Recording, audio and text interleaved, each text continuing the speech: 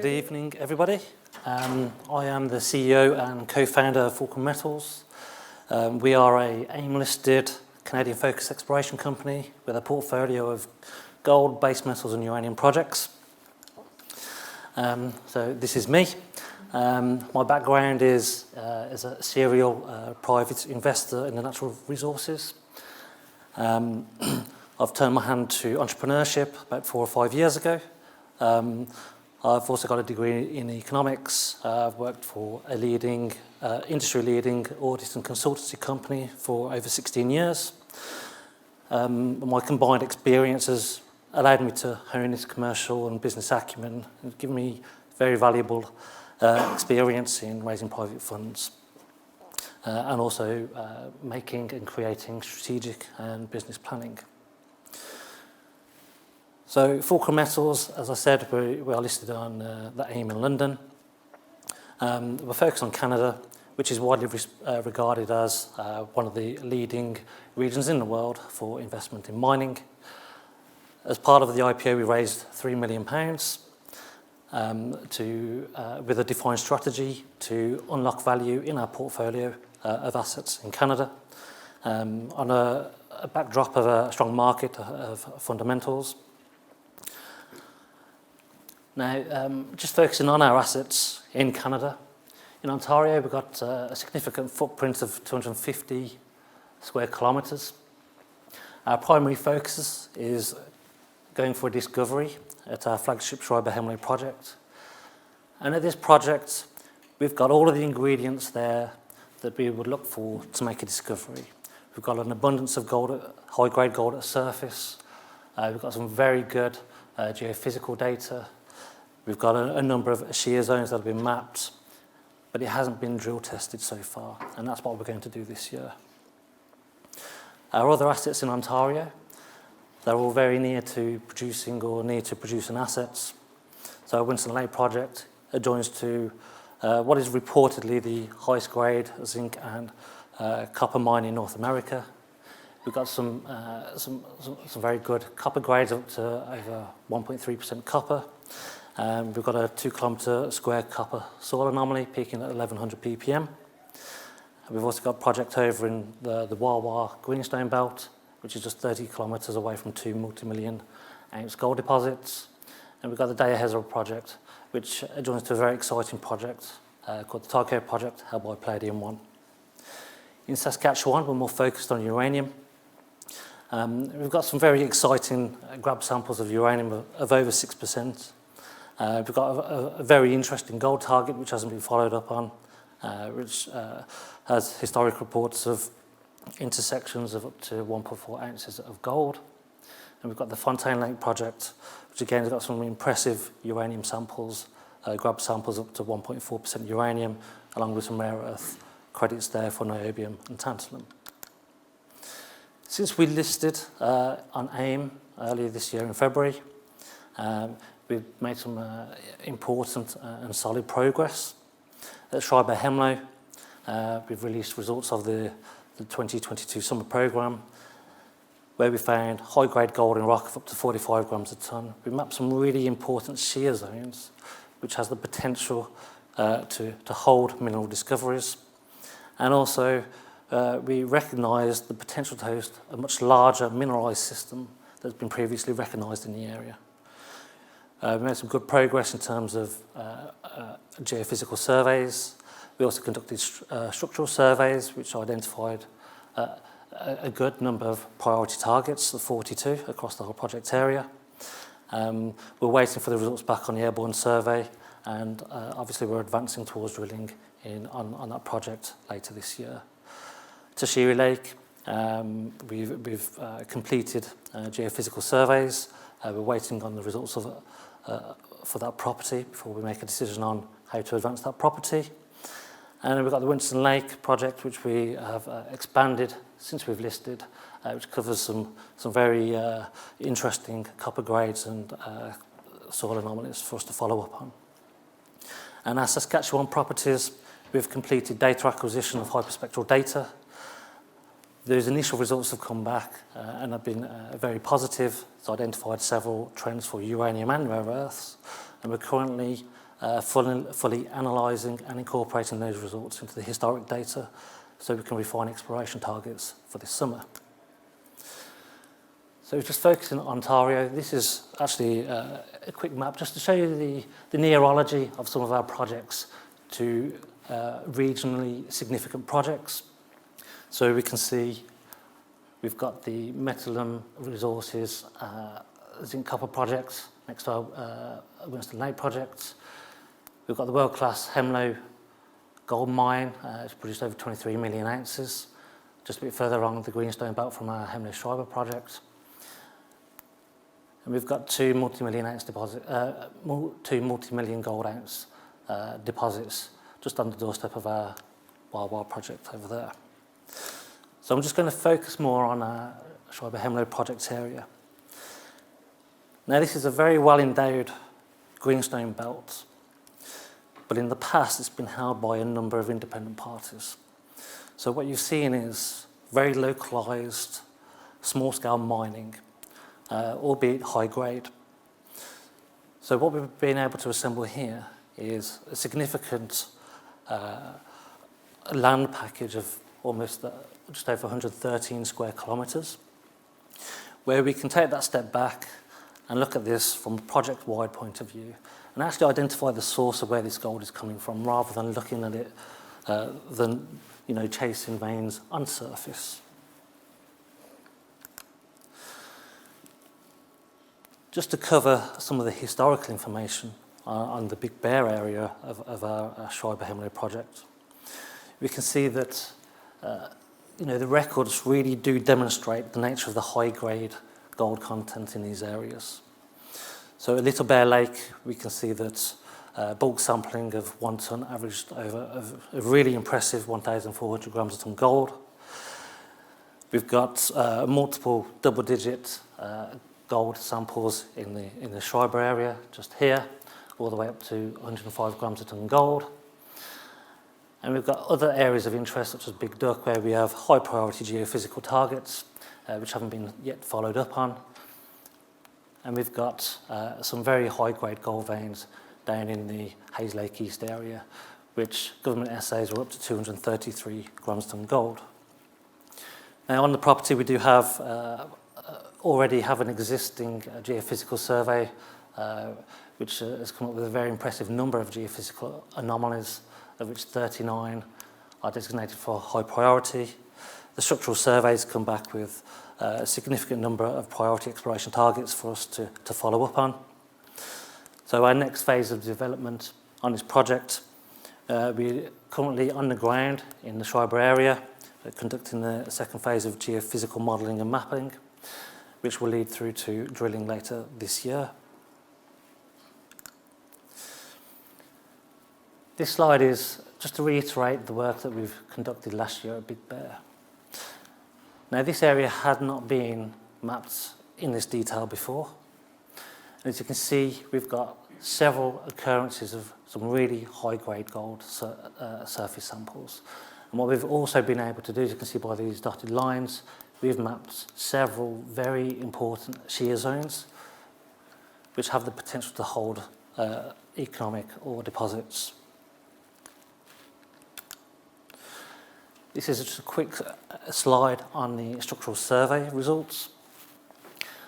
Now, there's many targets on here, but quite importantly, the work that we've conducted in our Schreiber area just here, these are very high priority targets using the regional structural and fault lines from the study.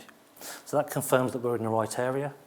What it also means is the other high priority targets, it really validates the structural study that we've got there and the targets we've got to go after. The second Schreiber Hemlo property, which is very close to Big Bear, which is our overall package there. We've conducted field operations at the end of 2021. As you can see here, in a relatively small area of the property, 1 square kilometre, we identified a lot of double-digit gold grades, gold in rock samples at surface. And not only that, but copper of over 1%. The structural survey what you might note here is that there's actually been no work ever covered over this area here. And geologically speaking, that's a very interesting area, and it's a key area for us to follow up on. Similar properties over to the east. We've got some significant results of nearly 2% copper, 46 grams a tonne silver, etc. just there. Again, structural survey, it's confirmed that where we've initially been looking is exactly in the right spot. It's a high priority target. Interestingly enough, over this eastern margin, we've got a number of very high priority targets for us to go after also. As an additional upside, I'm just going to say a few things about the other projects we have. So now these projects we worked alongside in a kind of a secondary work stream for us, and we'll be moving these along the development, the project development line in order to create some value and opportunity for us to crystallise some value for shareholders going forward. Now, if we focus on Saskatchewan, which is uranium and gold assets, the uranium market has really had a resurgence over the last year or two.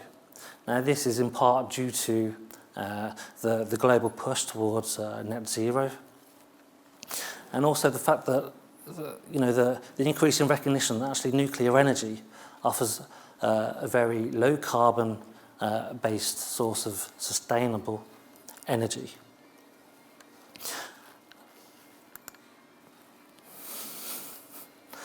And so this is a map of where our projects are in the northern Athabasca region of Saskatchewan. It's a very active region. There's a lot of M&A activity around there. See that Ather Energy, a fairly recent entrant into the market, having raised 35 million on listing in Canada recently. Now, if we just focus on our Charlotte Neely Lake property, this hasn't been explored for over 50 years. That gives us a very good opportunity to use modern technologies and techniques to advance this project and create some value for shareholders going forward. We've got some extremely high-grade uranium rock samples of up to over 6% uranium. We've identified a very interesting gold target, which hasn't been followed up since the 1930s, in which one of the holes actually intercepted 44 grams a tonne over nearly 1 metres, which from surface down to about 46 metres averaged nearly 4 grams a tonne gold. As you can see, we're in the right neighbourhood with some much larger companies than ourselves, such as 92 Energy, Apia Energy, Power Metals, and Fission 3. But as you'll see, we've got a number of uranium occurrences which just haven't been followed up on for a good number of years with modern technology. Our Fontaine Lake project, again in a very active region with some larger companies than ourselves currently. ALX Resources, Power Metals, ISO Energy, Pan-Canadian Lithium Corp, who have actually just sold their property. That property just there, along with a couple of others for a 1.8 million Canadian deal. But what we have here is we have a ready-made exploration target already. There's a radiometric anomaly associated with high-grade uranium, and also, rather interestingly, rare earths such as niobium and tantalum. Again, these have not been followed up on. It offers an early exploration target. And we're just waiting for the final analysis of the hyperspectral survey before we can get out there this summer. So what's Fulcrum's strategy? So the funds we raised at IPO is enough to develop all the projects that we have for the next 12 months here. Our primary focus is to go ahead and make a discovery at the flagship Triberhemley properties, where we see all the favourable geology, structure and mineralisation, to go ahead and make a discovery there. And what we'll be doing as a secondary work stream is establishing the prospectivity of the rest of our wider portfolio of assets, and we'll be looking to secure potential JV or acquisition interest on those projects. So what's the investment case for Fulcrum? We've got a very prospective portfolio of gold, base metal and uranium assets in a really attractive mining jurisdiction. In terms of the nearology, we're close to mineral-rich prospective areas and producing or near-producing assets. We've got a multi-commodity upside. We've got gold, base metals and uranium. And I think the uranium element gives us an extra bow in our arrow compared to some of those listed on the AIM market currently. We've got a defined development strategy, and that is to not just to go and seek discoveries, but also try and commercialise some of these projects. And that is with a view to not just create shareholder value, but exploration is a capital-intensive industry. So the idea behind this is to reduce that dilution going forward. We've got a very experienced board and management team, and we're all focused on delivering growth and building value through exploring, discovering, and scaling these opportunities. Now, what I would just say is a quick review of our corporate structure. The board of Fulcrum Metals are highly aligned with the shareholders.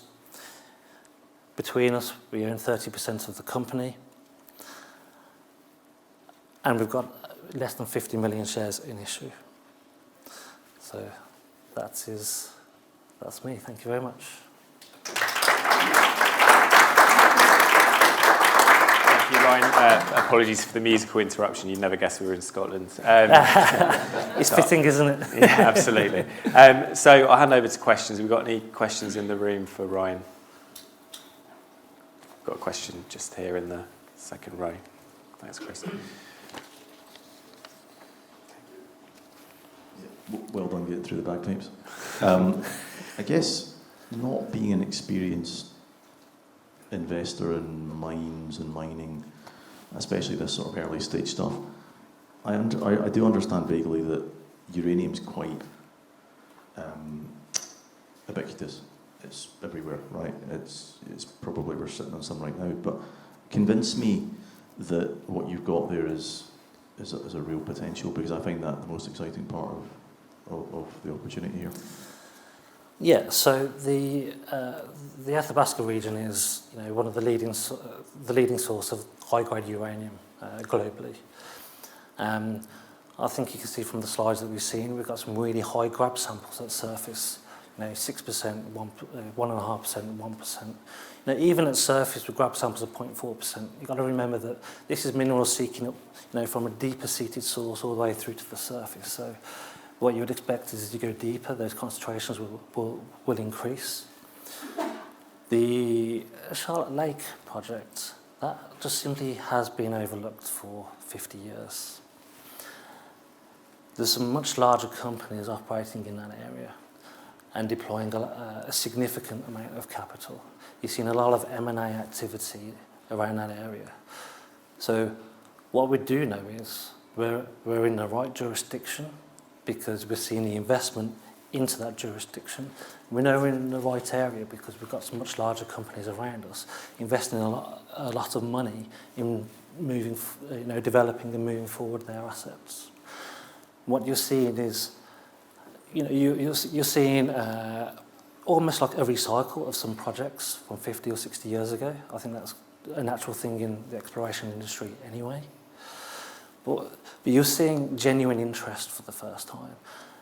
And if we just look at the uranium market overall, you're seeing, for the first time over the last 12 to 18 months, you've seen the emergence of fund managers such as Sprott Asset Management. And they absolutely see this opportunity in uranium. That fund was purely set up to buy uranium straight out of the spot market because they know how tight that's going to become.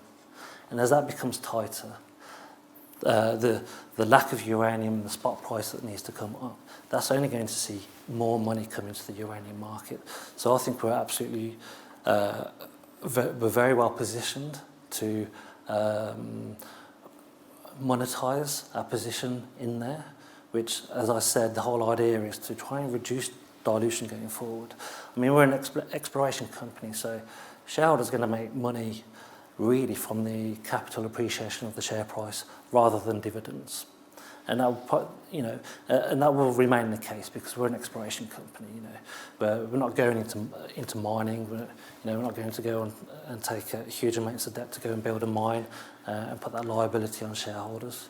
We're about going out there, making discoveries, commercialising those opportunities, and this uranium market, I think, is extremely exciting. There's a lot of interest in the area that we're in. And I think you're right. It is a very exciting part of the portfolio of Fulcrum. Thank you.